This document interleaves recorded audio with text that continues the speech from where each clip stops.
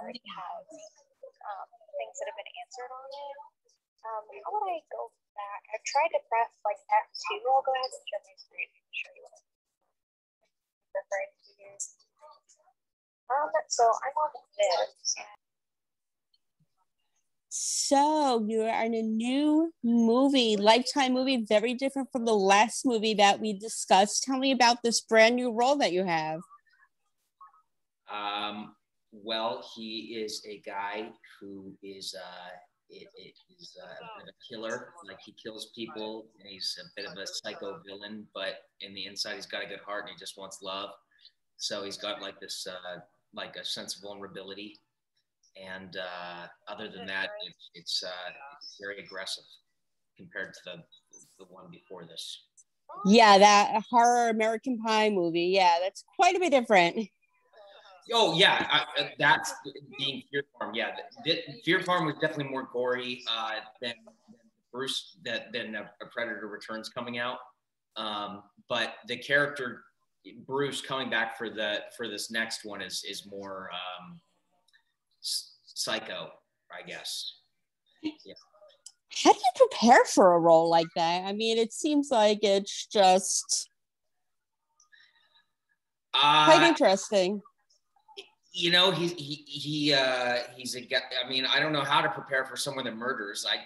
Because I don't really have that in me. But in terms of getting into, I guess, that kind of character, it's just like a lot of heavy rock music and then said, and he's heartbroken. So I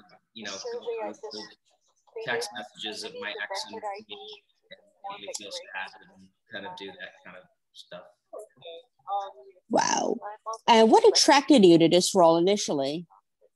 Well, at first I wasn't sure if I wanted to take it because there's similarity between Bruce and me, who's this character in A Predator Returns and A Predator Obsession, is that he's obsessed with sharks, like he loves marine life.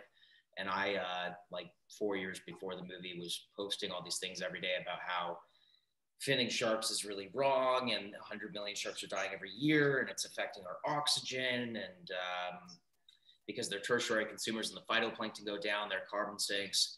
And when I saw the script, I wasn't sure if it was like a Jaws movie that was going to give sharks a bad name, and then I realized that it was kind of more so like the guy is a metaphor for the shark. Like, sharks attack people in the movie, but it's not really centered around the sharks being the scary source of what the ominous villain is. I guess Bruce is.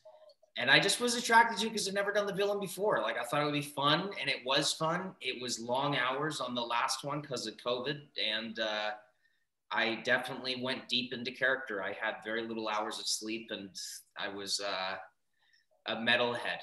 So I was listening to lots of rock and getting crazy. Wow, that is just incredible. And I cannot wait to see the role. What would you say was the biggest challenge about playing the role? I think the biggest challenge was because he's the villain and it's a Lifetime movie, every scene you have to amp up your scary. It's like in a horror film. Every scene after that has to be a little bit more scary. So I think I had to find the balance between, going full psycho in the killing and then being a human being, because I wanted to kind of not just be this one-dimensional character. I wanted to have a little bit of vulnerability. So I had to bring in a lot of craziness and action, but also have to ground myself down to be normal, almost kind of like you or Dexter, or that was a challenge because we did lots of sleep. So my brain was kind of it put me even more, into the craziness of the. And tell me a little bit about working with the cast on this movie. It seems like you have a great cast. We did. So they were from all over. My co-star with me, Leah, she's absolutely fantastic. She has a lot of theater background, and she made me step up to the plate. I always kind of look at acting like ping pong. If you go in to play ping pong with somebody who's not very good, your game's not getting any better. And she jumped in there and basically brought on the tear fountains. And I was like, whoa, okay, we got to bring this on. So she was fantastic. And the rest of the cast are absolutely wonderful, from North Carolina and New York and all different locations. It was really special to work with everybody on this one. Very good. And how would you describe Bruce other than being someone that kills people? Like, if it's somebody like describe Bruce in 3 words, how would you describe him?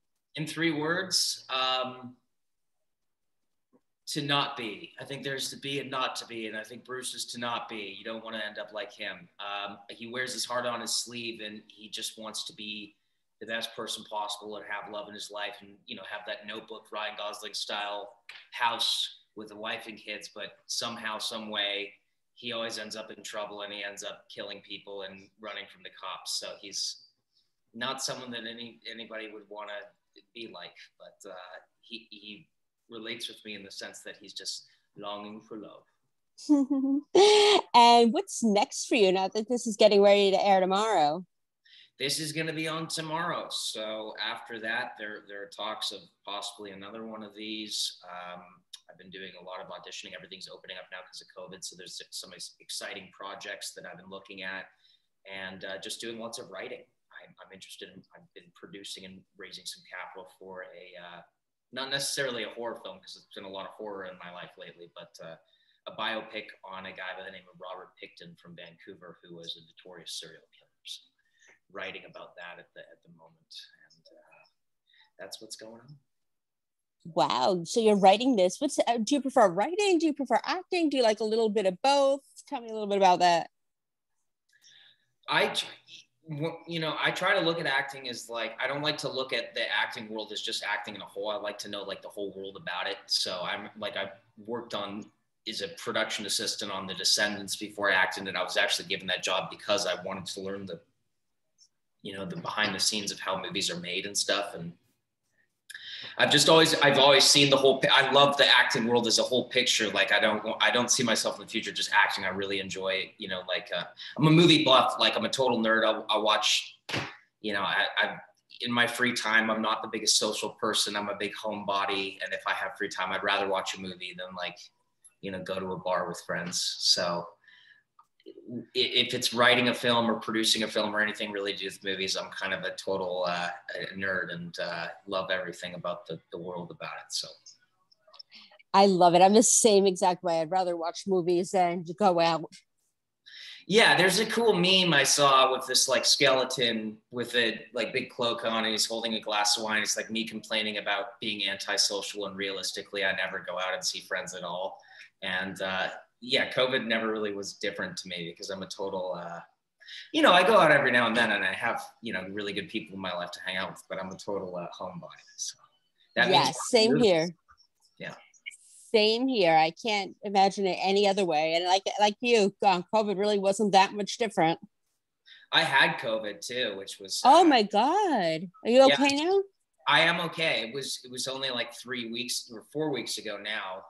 I think sadly I got it from my parents. They must have got it from somebody at school because I have a little sister, and I went to go visit them, and I found out a week later they had COVID, and then I ended up getting COVID, and it was just a bad cough and a runny nose until I couldn't smell anything for like 2 weeks. So I remember being in the shower and just being like, God, this body wash just sucks. This shampoo just sucks. Like, what's wrong with these products nowadays? And then I realized, oh, you can't smell anything.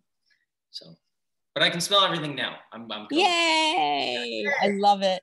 Yeah. I love it. So how old's your sister? Is she younger than you, or? She is turning 16 next year. So she's going through the crazy girl phase of, high school, and brother watching over like a hawk. Hey, that's what you need. That's what you need. I mean, I had a younger brother that liked watching over me, but sometimes having an older brother is good too. And I have an older brother than me who's 32, who, I'm kind of in the middle of the sandwich, but he taught me what it's like to be an older brother. Now I'm kind of taking on that role for the younger generations of the family. Well, your sister is very lucky to have you. Thank you.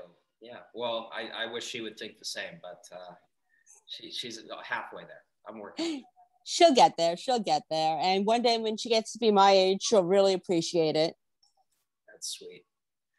Yes. And Predator's Obsession was, wrong name. That's the one before this one. That will be airing, I think, at the same night on Lifetime tomorrow. And then 87C which I'm so bad with my times. 8/7 Central means that in Vancouver would be like 5 p.m. and then the East Coast. Yes. Okay. So I need to figure. So that's when it will be out tomorrow. And I'm going to be on a plane to China watching the Food Network and not watching anything to do with it. I'm super shy and I'm totally nervous. It's a good movie. I've seen it, but I have butterflies and stage fright right now. So I'll probably have a tough time sleeping tonight because I put a lot of work into this. Well, for what it's worth, you're an incredibly handsome, talented guy, and I know everybody's going to love it. I'm sure the ladies are really going to be sliding into your DMs. I'm going to let my mom run my Instagram for this one. But, you know, I'll tell you something cool about Instagram. You know, I don't have that 20 million follower thing, you know, but I have a pretty tight group of people that were fans of the film. And I'm not the kind of actor to not respond to, if you reach out to, like, I take my time to respond to everybody. Cause I remember when I was younger, I used to reach out to all my, you know, it's like an artist in the studio. If you have something to say about the painting, I want to hear it. And it doesn't matter if it's good or bad. I love engaging with people. So that's what I love about Instagram. If you've seen the movie, don't be afraid to reach out to me. I'll reach out back to you. And where can we find you on Instagram? First and last name, Houston Stevenson. And as I said, I might eventually get my mom to run it because I just can't stand Instagram, but I do love it in the sense that I can connect with people. So I don't like how pretentious it is, but I also really love that you can connect with people on it. So it's good. My industry requires it to promote films, which is sad because I have to use it. Fair enough. Well, thank you for taking the time today. I really appreciate you. Thank you for having me. I really appreciate you. I hope if you tune into the movie that you enjoy. It brings on a lot of intensity. There's some dark humor, and all way round, it's just a fun roller coaster ride. So A Predator returns on Lifetime TV tomorrow, 8/7/C. Thank you so much. You be safe going on your trip. Namaste. Namaste. Bye. Bye-bye. Thank you.